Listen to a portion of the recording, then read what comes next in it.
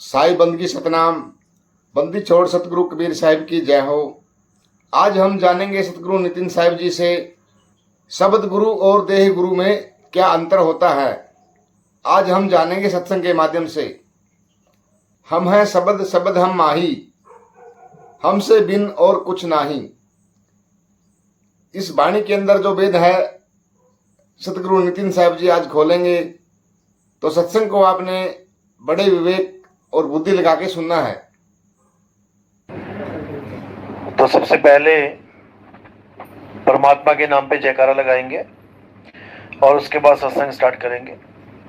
बोलिए परमपिता परमात्मा की, सदगुरु बंदी छोड़ कबीर साहिब की, सभी संतों की, सभी भक्तों की, सत्संग कराने वालों की, इनके माता पिता की, इनके बाल गोपाल की, सकल हंस को बंदगी, साहेब बंदगी सतनाम। तो आज सीतापुर में सुशील दास भगत के यहाँ ये मूल ज्ञान का प्रोग्राम आयोजित किया गया है। बड़े भाग हैं उन जीवों के जो इस ज्ञान को समझ रहे हैं, क्योंकि ये ऐसा ज्ञान है जो जल्दी समझ में नहीं आता। बहुत बहुत ज्यादा विवेकी अगर कोई हंस है तो भले वो पहली दूसरी बार में समझ जाए, नहीं तो इसको समझने में साल साल, दो दो साल, तीन तीन साल, चार चार साल तक लग जाते हैं, फिर भी ये पूरी तरह से समझ में नहीं आता। ऐसा क्यों होता है? क्योंकि पिछले गुरुओं ने, पिछले जितने भी सामाजिक जितने भी गुरु हैं, इन्होंने जो अज्ञान हमारे अंदर भर दिया है वो जल्दी निकलने का नाम नहीं लेता। क्योंकि हमें जिस चीजों पे विश्वास करवा दिया गया है, जिस अज्ञान पे विश्वास करवा दिया गया है, जिस माया के भंडार पे विश्वास करा दिया गया है, वो छूटने का नाम नहीं लेता। और जो परमात्मा है वो माया से रहित है। इसलिए जब कोई केवल परमात्मा की बात करता है तो उसको लगता है कि सारा कुछ छुड़वा दिया जा रहा है, जो मुझे पकड़ाया गया आज तक सभी छोड़ देंगे तो परमात्मा कैसे मिलेगा? भाई सब छोड़ के ही परमात्मा मिलेगा।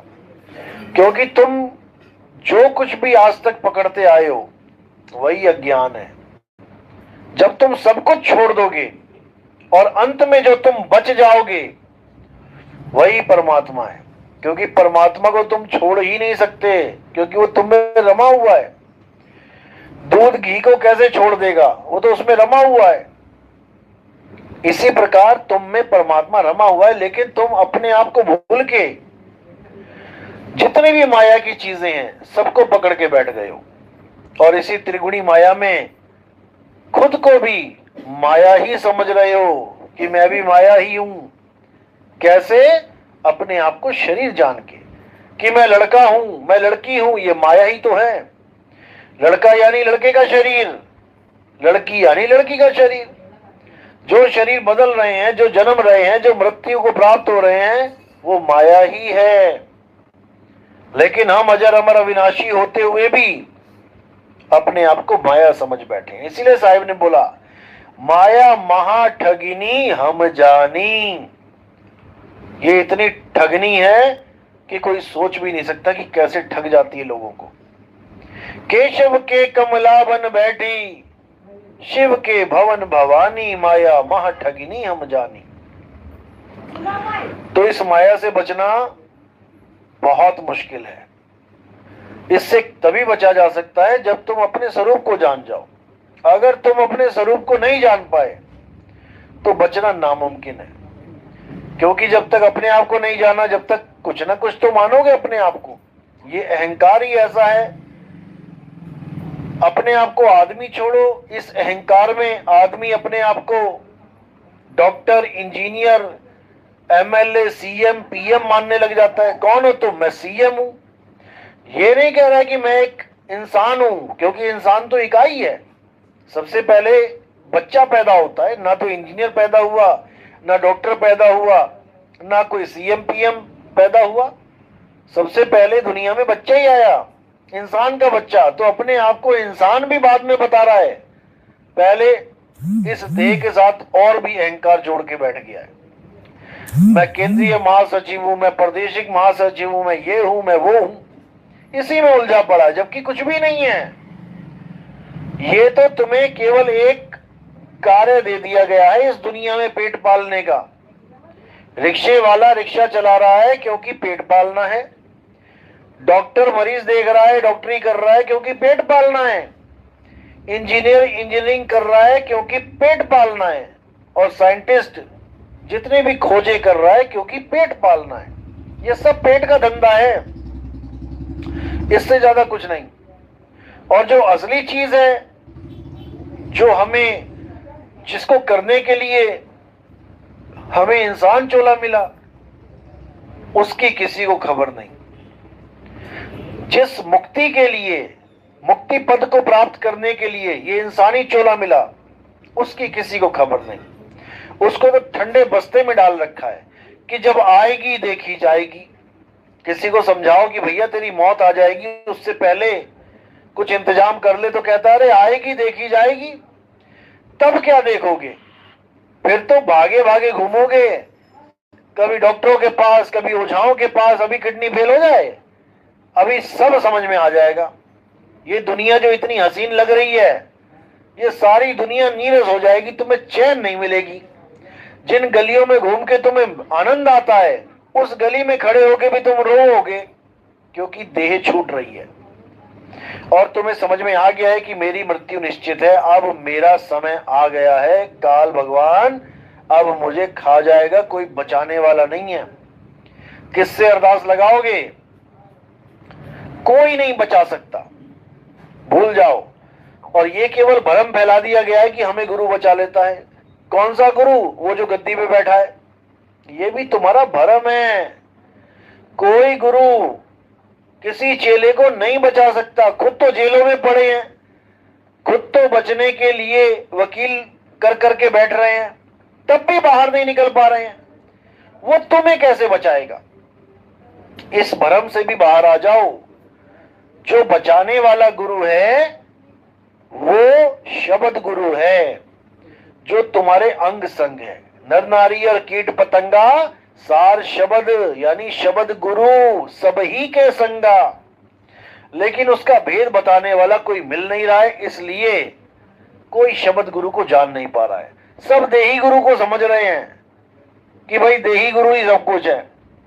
देही गुरु तो भाई बदलते रहते हैं। देखो कितने आश्रमों में कितनी फोटो बदल गई।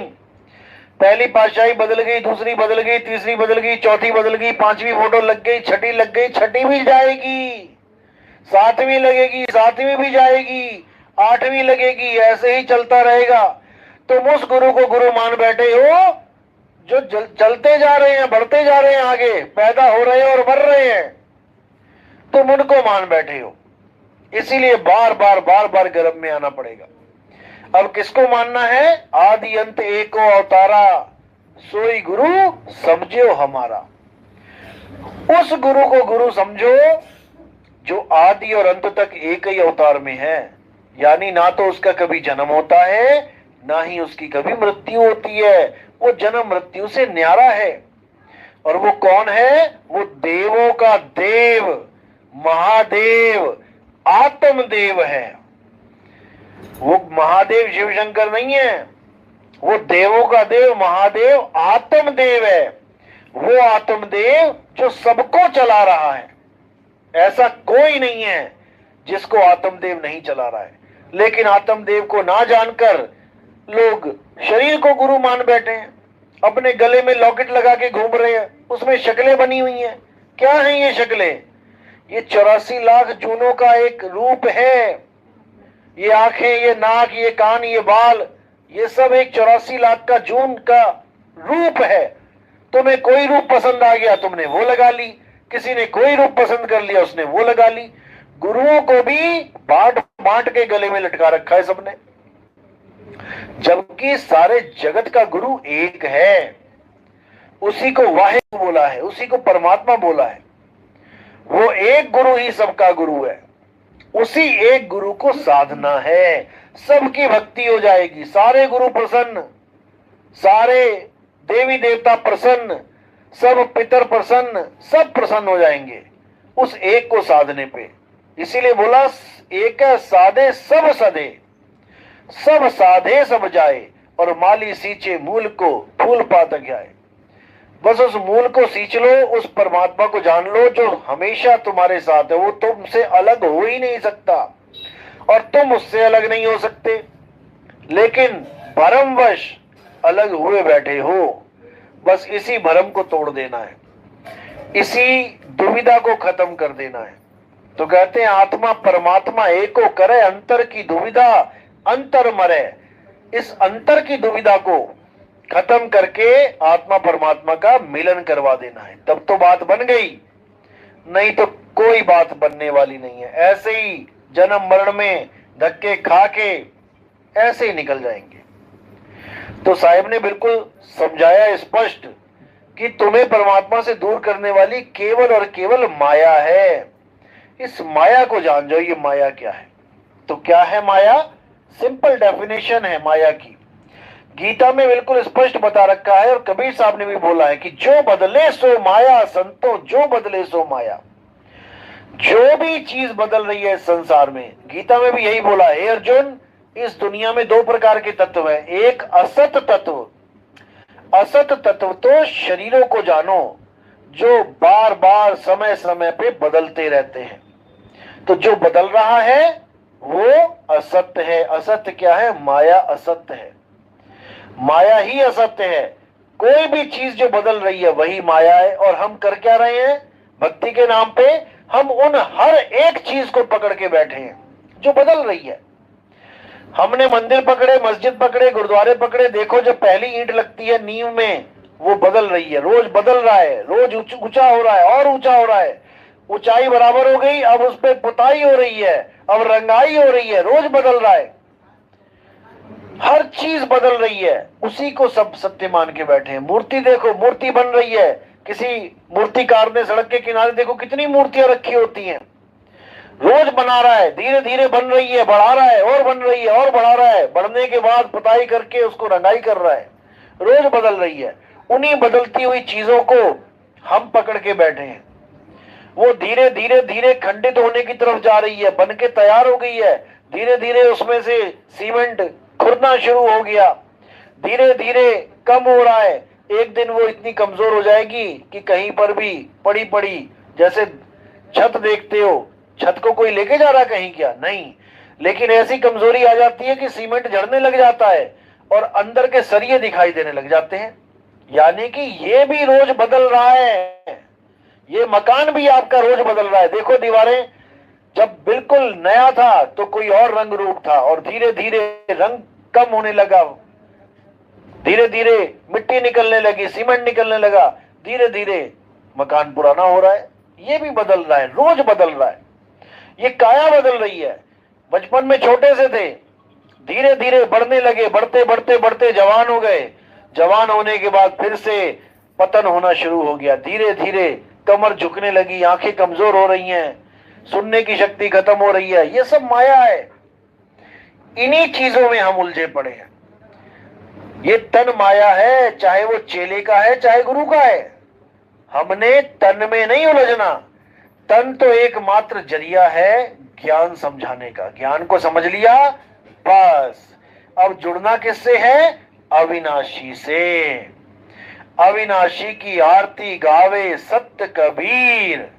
उस अविनाशी को जानो, वो आत्मदेव है जिसके लिए बोला है गीता में, हे अर्जुन, इस आत्मा को ना तो कोई शस्त्र काट सकता है, ना अग्नि जला सकती है, ना वायु सुखा सकती है, ना जल भिगो सकता है। अगर इस दुनिया में कुछ पूजनीय है तो वो केवल और केवल आत्मदेव है। आत्मदेव ही सब सृष्टियों को चला रहा है, चाहे कोई भी सृष्टि हो, बिना आत्मदेव के कोई नहीं चल रहा है। इसलिए जो भी चल रहे हैं वो जीव हैं, और जो अचल है वो आत्मदेव है। आप हम सुबह से लेकर शाम तक चलते हैं जीव अवस्था में, लेकिन जो आत्मदेव है वो अचल है। हे अर्जुन, आत्मा अचल है, नित्य है, शाश्वत है। अध्याय 2 24वां श्लोक पढ़ो उसको ध्यान से। यही अचल आत्मा पूजनीय है। इसके अलावा अगर कोई किसी और को पूजता है तो वो सनातनी नहीं है। सनातन धर्म क्या कहता है? सनातन धर्म कहता है कि उस अविनाशी की पूजा करो जो अचल है, जो कभी बदलता नहीं, बस वही सत्य है। लेकिन हम सनातन के नाम पे पता नहीं किस किस की पूजा करते जा रहे हैं, क्या क्या करते जा रहे हैं, हमें खुद नहीं पता कि हम कर क्या रहे हैं। हम तब असली चीज को समझ पाएंगे जब हम संतों की वाणियों को और गीता के ज्ञान को मैच करके देख पाएंगे। लेकिन बात है भेद की। गीता पढ़ने के बाद आपको आत्मा के बारे में पता तो लग जाएगा कि आत्मा क्या है, कैसी है, लेकिन आत्मा को प्राप्त कैसे करें ये गीता में नहीं बताया गया है। पूरी गीता पढ़ लो आप, एक भी श्लोक ऐसा नहीं मिलेगा जो सीधे आत्मा के साथ जोड़ने की बात कर रहा हो। आपको योग सिखा रहे हैं गीता में, नाक पे ध्यान करने को, त्रिकुटी में ध्यान करने को, श्वासों का अजपा जाप करने को, ये सब ज्ञान बताया है। मंत्र जपने को ये भी बताया है, लेकिन आत्मा को कैसे प्राप्त करें ये नहीं बताया है। इसका एक श्लोक में थोड़ा सा जिक्र है, वो भी ये नहीं है कि आत्मा को कैसे प्राप्त करें, उसमें जरिया बताया है कि आत्मा को कैसे प्राप्त किया जाए। हे अर्जुन, अगर तुम आत्म ज्ञान को प्राप्त करना चाहते हो, अध्याय 4 34वां श्लोक, अगर तुम आत्म ज्ञान को प्राप्त करना चाहते हो तुम ऐसे गुरु की शरण में जाओ जिसने आत्मा को जान लिया है। जो आत्मा को जानता है, जो अपने स्वरूप को जानता है, वही तुम्हें तुम्हारे सत्य स्वरूप से जोड़ सकता है, नहीं तो तुम्हें तुम्हारा स्वरूप बताने वाला कोई नहीं। और जब तक तुमने अपना स्वरूप नहीं जान लिया तब तक तुम्हारा जन्म और मरण खत्म होने वाला भी नहीं, क्योंकि अंतमता सोगता, जो तुम अंत में अपने आप को मान के बैठोगे तुम्हें वही स्वरूप मिलेगा। जिसको तुम ध्याओगे तुम वैसे ही हो जाओगे। जैसे एक ऋषि ने हिरण पाला था और उसकी सुरता अंत में हिरण में चली गई, ध्यान में हिरण आ गया तो उसको हिरण का ही रूप धारण करना पड़ गया। इसी प्रकार जो भी किसी का रूप धारण करे, जो भी किसी के बारे में सोचेगा, अपने रूप के अलावा वो उसी का रूप धारण कर लेगा। इसलिए हे अर्जुन, जो सत्य को ध्याते हुए इस शरीर को छोड़ता है केवल उसे ही सत्य प्राप्त होता है। सत्य क्या है? सत्य हमारा आत्म स्वरूप है, जिसके लिए कबीर साहब ने बोला, शब्द हमारा तू शब्द का, सुन मत जा सरक, और जो चाहे निज रूप को शब्द ही ले परख। सतगुरु ऐसा चाहिए जैसा सूप सुहाए, सार सार तो कही रहे थोता दे उड़ाए। शब्द की परख करो। शब्द क्या है? क्योंकि गुरु हमें शब्द ही देगा, लेकिन कैसा शब्द देगा इसकी हमने परख करनी है। हमें दिया क्या गुरु ने? क्या उसने कोई मंत्र दे दिया शब्द के नाम पे? क्योंकि शब्द का मतलब मंत्र भी होता है, 2 या 2 से ज्यादा अक्षरों को मिलाने पर शब्द बनते हैं। क्या वो शब्द तो नहीं दे दिया? और उसके बाद अजपा जाप, इसको भी शब्द बोलते हैं। क्या अजपा शब्द तो नहीं दे दिया जो श्वासों के साथ चल रहा है? क्या अनहद शब्द तो नहीं दे दिया? ये आपने पहचान करनी है कि मुझे कोई मंत्र, कोई श्वासों के साथ क्रिया, या कोई कानों में उंगलियां डाल के अनहद सुनने के लिए बोल दिया, तो आपको सावधान होने की जरूरत है। ये क्रियाएं संत मत की नहीं है, ये क्रियाएं योग मत की हैं। ये सब योगी करते आए हैं आज तक, मंत्रों को जपते आए हैं। और साहिब क्या कह रहे हैं? तंत्र मंत्र सब झूठ है, इनमें न भरमे कोय, और सार शब्द जाने बिना कागा हंस ना होए। यानी कि मंत्रों के अलावा कुछ सार शब्द अलग चीज है। मंत्रों में सार शब्द नहीं है कि कोई कहे कि ओम सोम सत्य कबीर हो गया मंत्र, बन गया सार शब्द। नकली ज्ञान है ये, बिल्कुल नकली ज्ञान है। तंत्र मंत्र सब झूठ है और सार शब्द सत्य है। अजपा जाप को कोई कहे कि प्राणों में सार शब्द है, वो भी नहीं है। साहिब कह रहे हैं, मोको कहां ढूंढ रहे बंदे, मैं तो तेरे पास में, नहीं प्राण में, नहीं पिंड में, ना ब्रह्मांडाकाश में। इन प्राणों में भी नहीं है। कोई कहे कि सोहंग सोहंग जप लूंगा, ओम सोहम जप लूंगा, या इन प्राणों को देखता जाऊं, बस देखता ही जाऊं, आ रहे हैं, जा रहे हैं, आ रहे हैं, जिसको विपश्यना कह देते हैं। विपश्यना में यही करवाया जाता है। जो महात्मा बुद्ध का जितना भी अध्यात्म केंद्र है, ये ध्यान योग शिविर हैं जो लगते हैं, उसमें यही क्रिया बताई जाती है।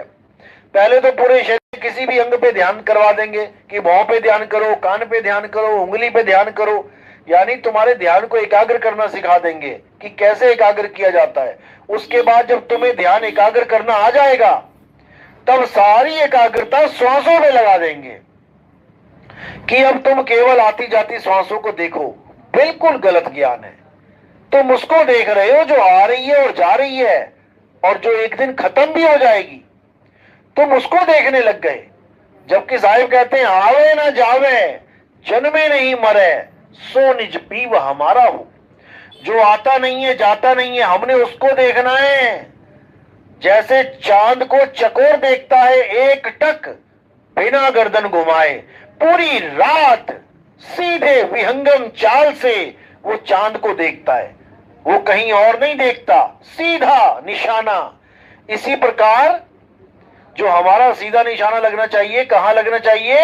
उस अचल चांद में। दुनियावी चांद है इसलिए चल रहा है, लेकिन जो हमारा असली चांद है, हमारा असली सूर्य है, वो अचल है, उस पे सीधे निशाना लगना चाहिए, तब तो मुक्ति होगी, अन्यथा नहीं होगी। तो ये आने जाने वाली जो सांसें हैं, ये भी गिनती की मिली है आपको। 21,600 सांसें रोज कम हो रही हैं।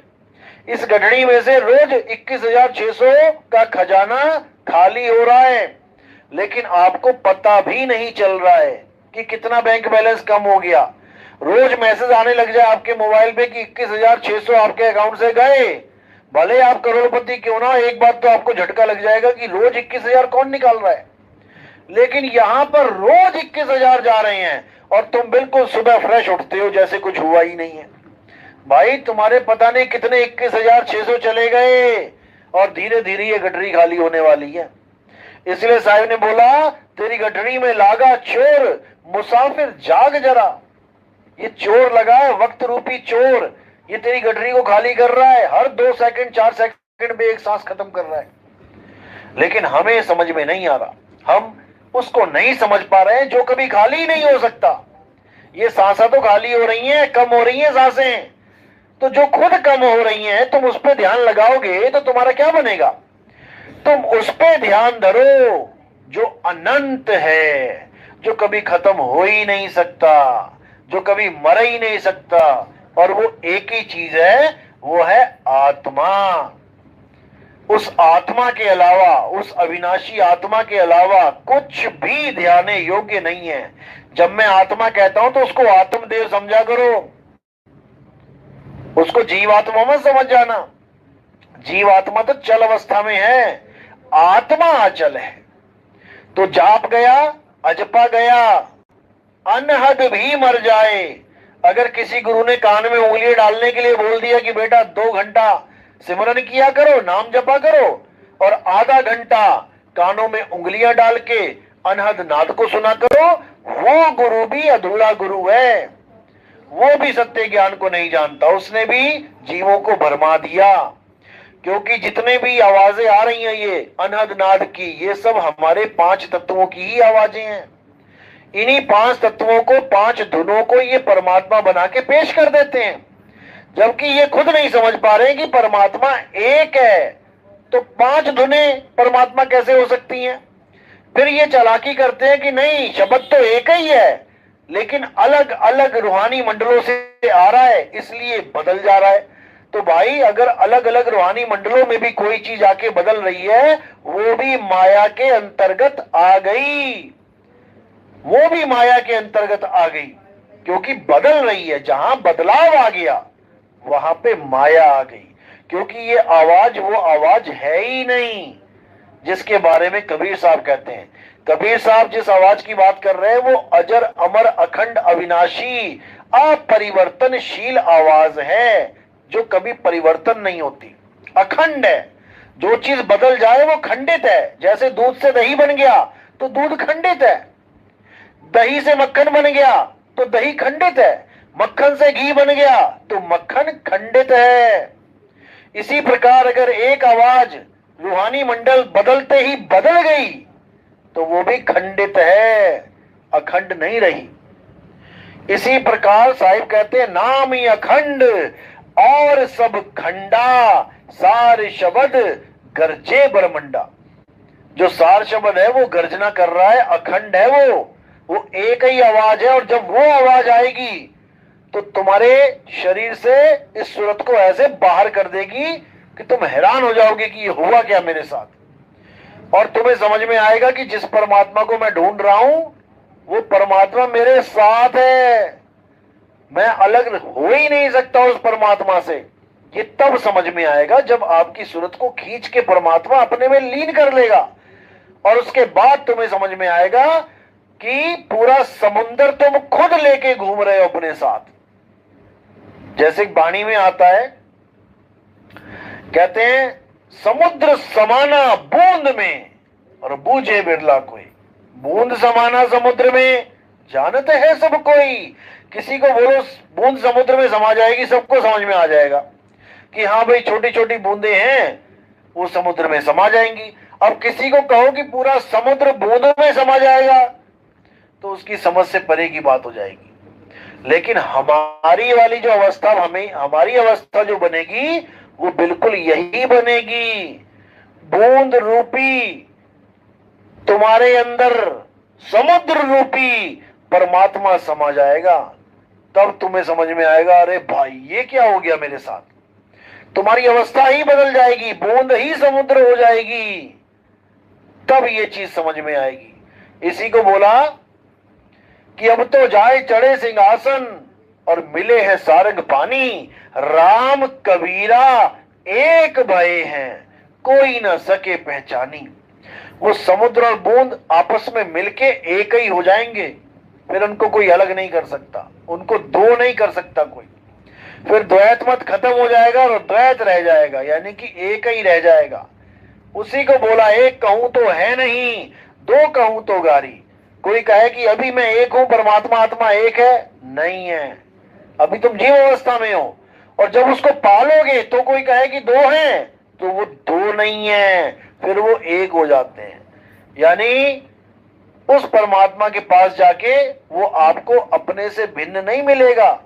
जैसे कई लोगों ने स्टोरियां सुना दी है, सतलोक में परमात्मा रहता है, तुम जाओगे वहां पे परिवार समेत, तुम्हें रहने के लिए मकान दुकान मिल जाएंगे, हेलीकॉप्टर मिल जाएंगे, सोने की सड़कें मिल जाएंगी। ये सब अज्ञान है, ऐसा कुछ होने वाला नहीं है। ये काल्पनिक ज्ञान है, सपनों का ज्ञान है। जैसे सपने लेते हो, बड़ी बड़ी दुकानें, बड़े बड़े महल देखते हो, शेर हाथी घोड़े चीते देखते हो, इसी प्रकार माया ने सतलोक भी दिखा दिया, उसमें सतलोक में परमात्मा भी दिखा दिया। और तुम भ्रमित हो गए कि क्या यही सत्य है? ये सत्य नहीं है। परमात्मा और तुम में कोई भेद नहीं रह जाता है जब तुम उस अवस्था को प्राप्त करते हो। कोई भेद ही नहीं रह सकता। तो ही मोही मोही तो ही अंतर कैसा, जल तरंग जैसा। जैसे जल है, तरंग है, समुद्र है, लहरें हैं, इनमें कोई भेद नहीं है। लेकिन कुछ पलों के लिए भेद बन जाता है जब लहरें हवा का साथ लेके चलने लग जाती हैं। तो बंदा कहता है कि लहरें आ रही हैं, लहरें जा रही हैं।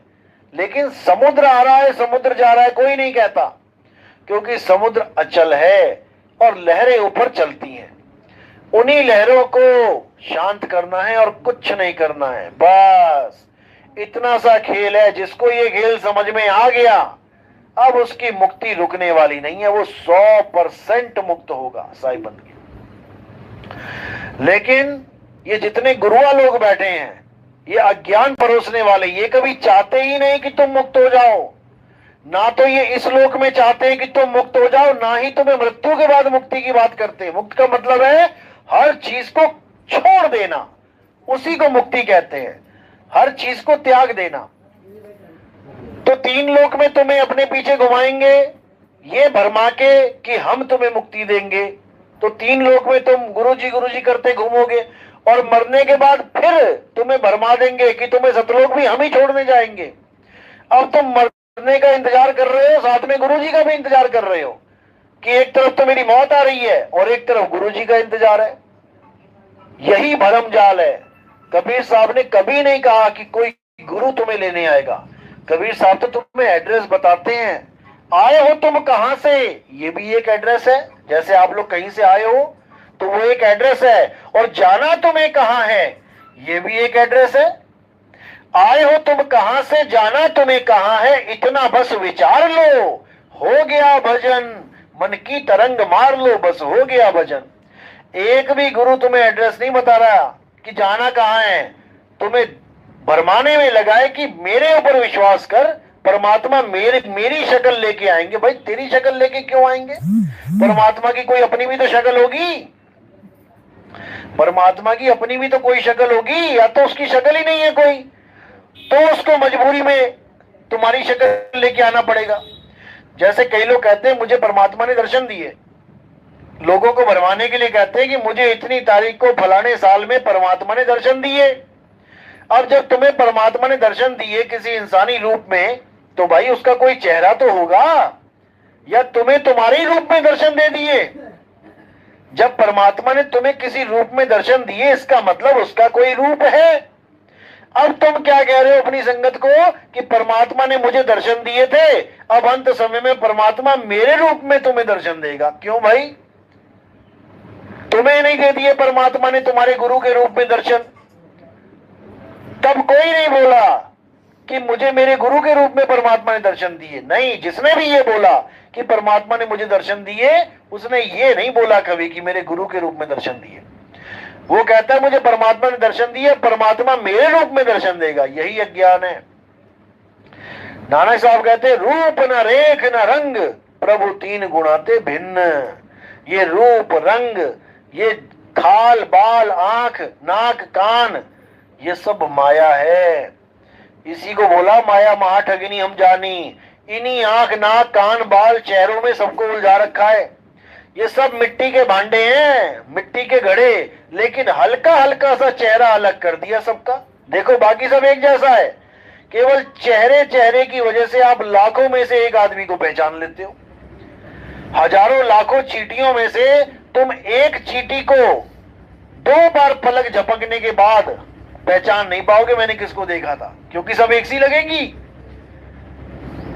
सब एक सी लगेंगी। लेकिन इस आदमी का चेहरा, जैसे अपने बच्चे का चेहरा, तुम लाखों लोगों में भी पहचान जाओगे। देखो इतनी मिट्टी में अपनी मिट्टी पहचान ली तुमने। इतना बड़ा माया जाल है, और जबकि है सब मिट्टी। लेकिन माया ने ऐसा भरमा दिया कि हम सत्य को नहीं जान पाए और हम असत्य के पीछे लग गए। ऐसे ही जितने भी ये गुरु हैं जिनके चेहरों का लोग बेसब्री से इंतजार कर रहे हैं कि अंत समय आएगा, गुरु जी का चेहरा दिखेगा। भैया गुरु जी का चेहरा नहीं है वो काल भगवान का चेहरा है। जो चेहरा अर्जुन को दिखाया था विराट रूप में, कितने सारे चेहरे दिखाए थे। एक भगत कहता है इस्कॉन टेम्पल वाला, मैंने पूछा उससे, मैंने कहा ये कौन है भाई? कहते ये कृष्ण जी हैं।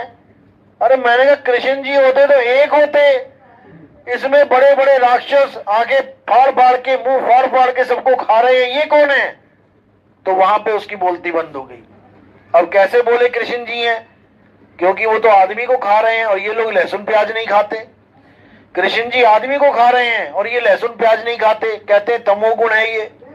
तो वहां पर शांत हो गया, क्योंकि उसको भेद ही नहीं पता। विराट रूप दिखाने का मतलब ही क्या था? जब कृष्ण जी एक है तो एक रूप दिखाते, आसमान छोड़ो, आसमान को भी चीर के खड़े हो जाते अकेले। लेकिन अकेले तो नहीं दिखाए उन्होंने सब लोगों को खड़ा कर दिया। जितने भी इस दुनिया में पुरुष हैं, सारे पुरुष ही पुरुष खड़े हैं, एक भी स्त्री नहीं खड़ी है। विराट रूप देखो, उसमें एक भी स्त्री नहीं खड़ी करी है, क्योंकि वहां पर उन्होंने बोला है कि जितने भी पुरुष हैं ये सब मेरा ही रूप है, और मैं सारे जगत का नाश करने वाला काल हूं।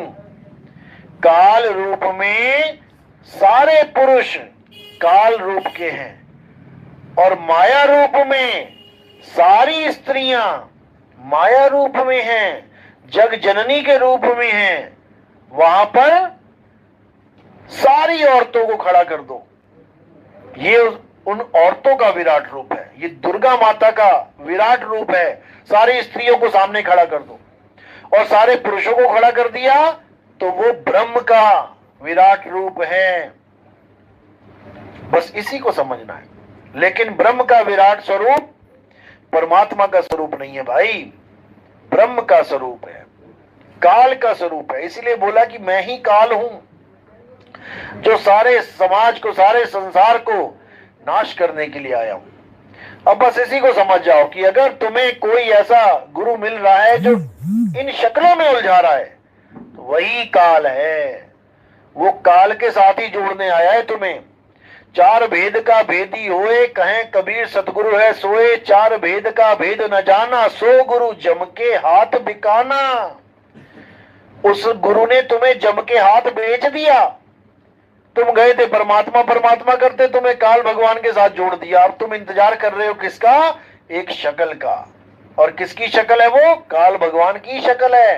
देव निरंजन सकल शरीरा, तामे ब्रह्म ब्रह्म रहल कबीरा।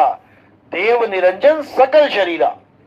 जितने भी संसार में जितने भी शरीर हैं, जितनी भी शक्लें हैं, ये सब देव निरंजन का सूक्ष्म रूप है। जैसे कहते हैं फौज और फौजी। फौज क्या है?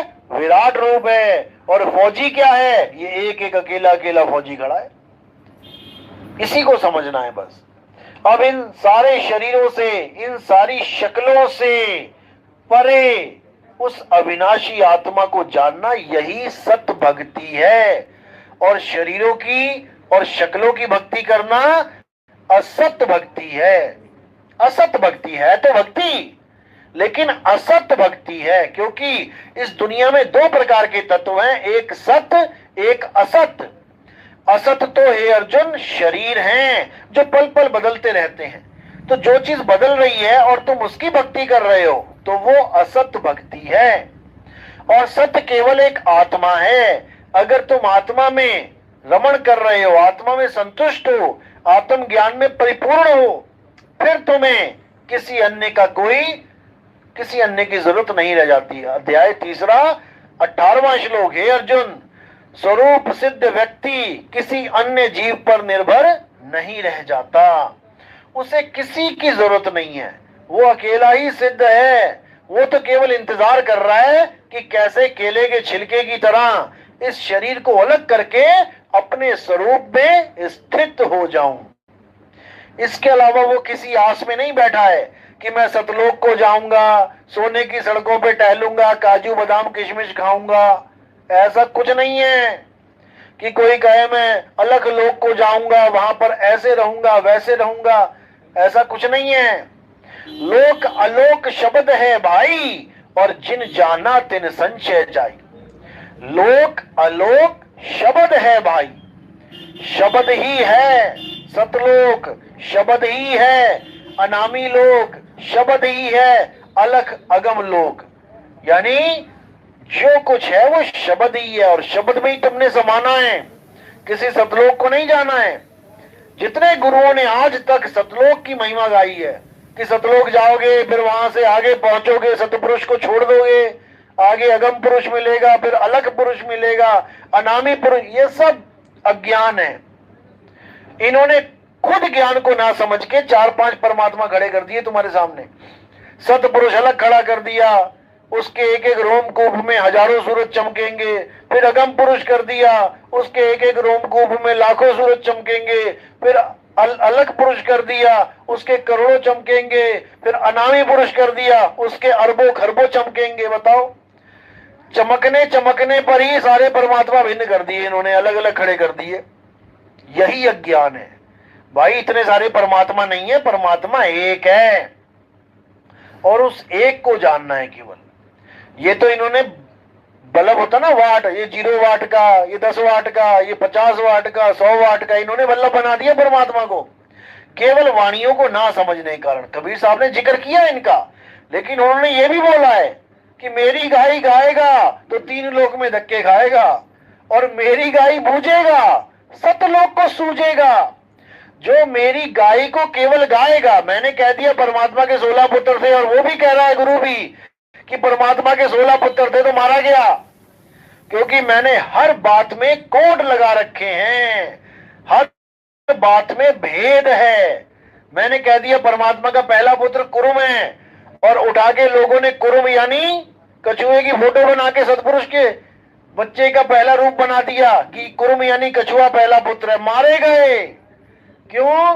क्योंकि मेरी गाय गा रहे हैं, इसलिए 3 लोक में धक्के खा रहे हैं। मेरी गाय बूझेगा। मैंने 16 पुत्र बोले तो 16 ही क्यों बोले, इसको समझना है। मैंने कुरुम बोला तो कुरुम ही क्यों बोला, मैंने जलरंगी बोला तो जलरंगी ही क्यों बोला। इसके पीछे सारे भेद होते हैं। इन भेदों को जो खोल के समझा देता है वही सतगुरु होता है, क्योंकि जो बोल रहा है असल में वही खोल रहा है, लेकिन लोगों को समझ में नहीं आता। लोग सोचते हैं कि दुनिया में हजारों सतगुरु नहीं, सारी सृष्टि में एक सतगुरु होता है और वो शब्द गुरु होता है। उसके अलावा कोई गुरु है ही नहीं। ये तो बन बैठे हैं। आपका एक पिता है। अब एक पिता से अगर आप बिछड़ जाओ, मेले में बिछड़ गया कोई, अब जो भी उसको मिल जाएगा वो पिता बन बैठेगा, होगा नहीं। इस प्रकार जितने भी तुम्हें मिल रहे हैं ये गुरु लोग, ये पिता नहीं है, ये गुरु नहीं है, ये बन बैठे हैं गुरु, और तुम्हें कह रहे हैं कि हम ही सतगुरु हैं। ऐसा नहीं है। सतगुरु एक है और वो 4 दाग से न्यारा है। अगर कोई गुरु कहता है कि मैं 4 दाग से न्यारा हूं तो आ जाए सामने, एक भी नहीं आएगा। वाणी कह रही है 4 दाग से सतगुरु न्यारे, अजरो अमर शरीर, और कोई गाड्डे कोई अग्नि जरावे और ढूंढ न पाया शरीर, जपोरे मन केवल नाम कबीर। इसको समझना पड़ेगा। बहुत से लोग गीता को और कबीर साहब के ग्रंथों को एक मान बैठते हैं। एक नहीं है भाई। जैसे 1ली से लेके 10वीं तक हर स्कूल का ज्ञान एक सा लगेगा आपको। जैसे एक ही बोर्ड है, यूपी बोर्ड, तो सब किताबें बराबर ही लगेंगी। लेकिन जहां 12वीं का ज्ञान आ गया और दूसरे स्कूलों का भी 12वीं का है, वो भी एक लगेगा। लेकिन जहां एक और आगे बढ़ा दिया 13, तो वो बिल्कुल चेंज हो जाता है। 13 तक आते आते सारे बस्ते गायब हो जाते हैं। अलग अलग जितने भी किताबें आप लेके घूम रहे हो सब गायब हो जाती हैं। यहां तक कि यूनिफॉर्म भी आपकी गायब हो जाती है। कॉलेज में तो कुछ और ही चलता है सिस्टम, यानी पूरा सिस्टम ही चेंज हो जाता है 13 तक आते आते। इसी प्रकार जो गीता का ज्ञान है उसको 12 तक का ज्ञान समझो, और जो कबीर साहब का ज्ञान है वो 13वीं की पढ़ाई है, वो 13वीं की पढ़ाई है। लेकिन लोग उसको नहीं समझ पाते। ये तो सांकेतिक ज्ञान वैसे भी दिया गया। तो कहते हैं जैसे कृष्ण जी मक्खन खाते थे, माखन खाते थे ना।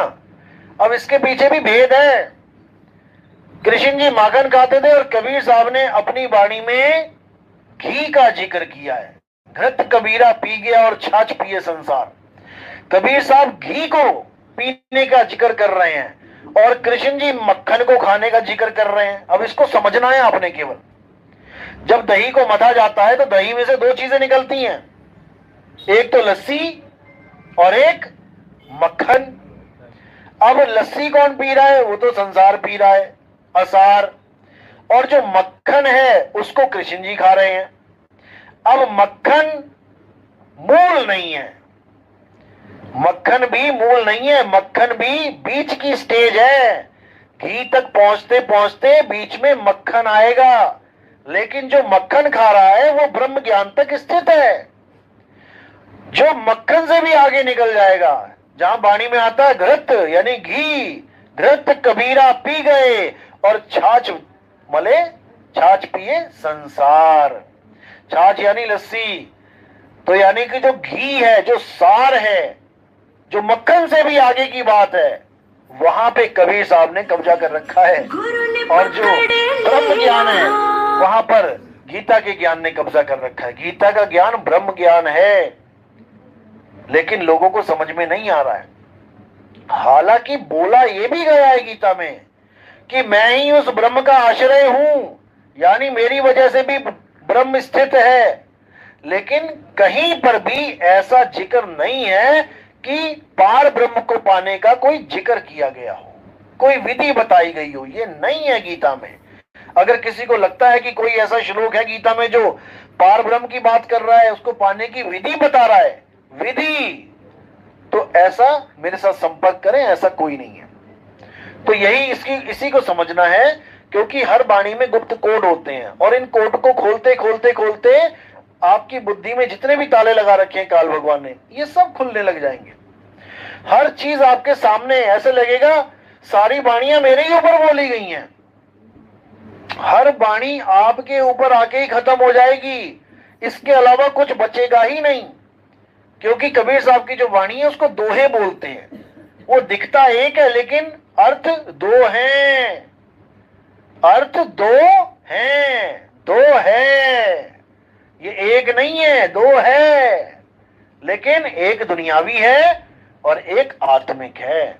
दुनियावी तो आपको लगेगा कि ये तो दुनिया की बातें कर रहे हैं कबीर साहब, और जब उसी को आत्म मंथन करोगे, उसी दोहे को जब अध्यात्म में लेके आओगे, तुम कहोगे अरे भाई ये तो बात ही सिरे की कर दी उन्होंने, इसके आगे तो कोई ज्ञान ही नहीं है। तो कबीर साहब के जो दोहे हैं ये सच में दो हैं, लेकिन इनको बताने वाला, इनको समझाने वाला और उस अवस्था तक पहुंचाने वाला कोई भेदी गुरु मिल जाए तब बात बनती है। बिना अनुभव ज्ञान के कोई भी वाणी ज्ञान आपका कोई साथ नहीं देगा। वाणी ज्ञान का मतलब है कि आपको रास्ते का पता बता रहा है वो। जैसे आपके हाथ में गाइड मिल गई, गाइड आ गई, कोई एटलस आ गई, आपको पता लग गया यहां से लेके कश्मीर तक का रास्ता कैसे है, जैसे गूगल मैप है, आपको समझ में आ गया। अब लेकिन तुम चलो ना तो तुम यही सीतापुर में बैठे रह जाओगे।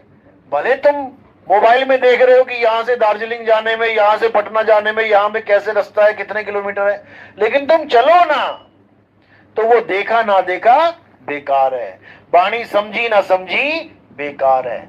इसलिए साहेब ने साफ बोला है, कथनी कथे सो पुत्र हमारा, करनी करे सो पुत्र हमारा, कथनी कथे सो नाती, और रहनी रहे सो गुरु हमारा, हम रहनी के साथी। करनी करे सो पुत्र हमारा, जो मेरी वाणियों को समझ के करनी में उतर गया, यानी उसने शुरू कर दिया करना, वो मेरा पुत्र है। और कथनी कथे सो नाती, जो मेरी वाणियां कथ रहा है लेकिन उसको समझ में ही नहीं आ रहा करना क्या है। जब समझ में ही नहीं आ रहा करना क्या है तो वो करेगा क्या, कुछ भी नहीं कर पाएगा, वो केवल कथनी कथेगा। वो मेरा नाती हो गया, यानी मेरा है तो रिश्तेदार, क्योंकि मेरी बात कर रहा है, लेकिन परिवार किसी और का चला रहा है। वो नाती अपना परिवार नहीं चलाता, नाती का सरनेम होता है किसी और का। तुम त्रिवेदी हो तो वो चतुर्वेदी है, तुम शुक्ला हो तो वो कुछ और है, तो वो किसी और का पंथ चला रहा है। यानी कि काल दूतों की बात की जा रही है कि मेरी वाणी गा रहे हैं, कथनी कथ रहे हैं, लेकिन करनी नहीं कर रहे हैं जो मैं करने को कह रहा हूं। तो कह रहे हैं करनी करे सो पुत्र हमारा, कथनी कथे सो नाती, रहनी रहे सो गुरु हमारा। रहने का मतलब क्या है, जो उस शब्द में रहने लग जाए, जिसकी सुरता उस शब्द में रहने लग जाए, वो मेरा गुरु है। यानी उसमें और मुझ में कोई फर्क नहीं है। रहनी रहे सो गुरु हमारा, हम रहनी के साथी। और कई लोग क्या सोचते हैं, रहनी रहे इसको रहनी कहते हैं। ये सफेद कपड़े पहन लिए और बढ़िया सज लिए, चंदन लगा लिया और बढ़िया सब कुछ सज लिए, इसको रहनी समझते हैं लोग। ये रहनी नहीं है, ये तो तुम कपड़े पहन के भी यहीं रह रहे हो, तुम्हारी जरूरत यहीं बसी है तीन लोक में। माया के गुलाम हुए बैठे हो तो कैसे रहोगे वहां पे। रहने का मतलब है चलते फिरते उठते बैठते नहाते धोते तुम्हारी सूरत शब्द में जुड़ी रहे, तुम्हें अपने असली स्वरूप का ध्यान रहे, तुम हमेशा जागृत रहो, सो ना जाओ।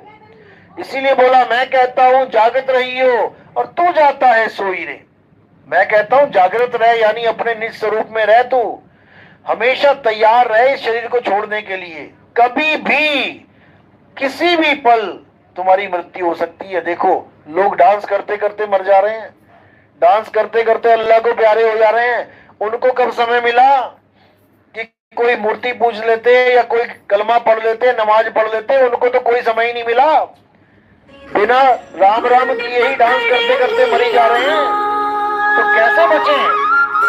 उसके लिए क्या बोला? नाम उठत नाम बैठत नाम आठों जाम रे। ऐसा नाम लो भाई जो उठते बैठते नहाते धोते हमेशा तुम्हारे अंग संग है, तुम्हारी हमेशा सूरत नाम में रंगी है। तो चाहे अभी आए चाहे कभी आए, जब भी आए तब उसी में रंगे हुए हैं, कहीं जाने की जरूरत ही नहीं है। तो इसी को कबीर साहब बोल रहे हैं कि सुमिरन ऐसा करो कि जीभ हिले ना होठ, ऐसा सिमरन करो। कैसा? अरे सुमिरन की सुध यूं रहे ज्यों गागर पनिहार, और बोले डोले सुरत में कहे कबीर विचार। ऐसा सिमरन करो जैसे पनिहारिन अपने घड़े को सिमरन करती है, एक पनिहारिन अपने घड़े को याद करती है। ऐसा सिमरन करो, 24 घंटे चलेगा, जितना मर्जी लंबा सफर कर ले, लेकिन हमेशा उसकी सूरत उसके घड़े पे रहेगी। उसको अलग से घड़ा घड़ा घड़ा घड़ा घड़ा नहीं कहना पड़ेगा। बस इसको समझ लो तो कल्याण हो जाएगा। चलो आज का सत्संग यही समाप्त करते हैं। और जो नाम दीक्षा वाले हैं वो हाथ खड़ा करें एक बार।